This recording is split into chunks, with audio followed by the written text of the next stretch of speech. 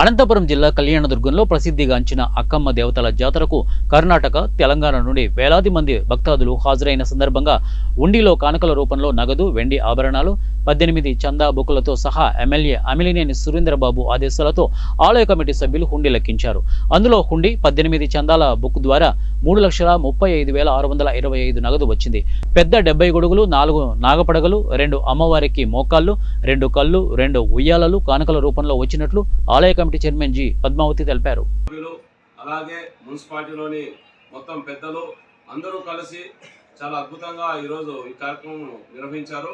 ఈ సందర్భంగా మన అక్కమ్మగార్ల దేవస్థానంలో హుండీ ద్వారా వచ్చిన ఆదాయం ఈరోజు లెక్కింపు కార్యక్రమం వీడియో కవరేజీతో లైవ్లో, అలాగే పత్రికా విలేకరులు, పెద్ద మనుషులు అందరి సమక్షంలో ఈరోజు హుండీ లెక్కింపు కార్యక్రమం జరిగింది. ఈ సందర్భంగా హుండీ ద్వారా వచ్చిన ఆదాయం లెక్కిస్తే 1,02,614 రూపాయలు మనకి హుండీ రూపంలో వచ్చింది ఈ సంవత్సరం జాతర సందర్భంగా. అలాగే విరాళాల రూపంలో మనకు వెండి ఆభరణాలు, పెద్దవి వెండి గొడుగులు 7 వచ్చినాయి.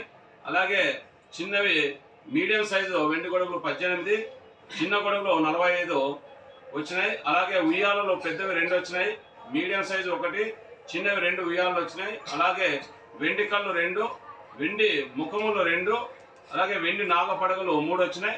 ఇవన్నీ ఇక్కడ ప్రత్యక్షంగా వీడియో కవరేజ్ చేసేసి విలేకరుల సమక్షంలో కానీ పెద్ద సమక్షంలోన ఈ ఆభరణాలన్నీ ప్రదర్శించడం